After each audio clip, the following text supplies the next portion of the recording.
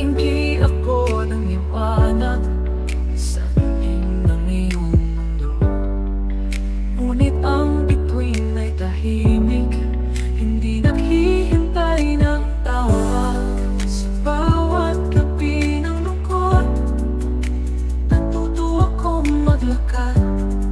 Ang ilaw na di ko binigay, ngayon ay akin na rin. Ang liwanag ay di nang hihingi, tumatanglaw sa sarili lakas. Ako'y muling nagtagumpay sa dilim. Ako ang bituin, hindi ko na kailangang humingi ng pag-ibig na di tumati. Ako'y nagliliwanag na ngayon sa sariling kapangyarihan.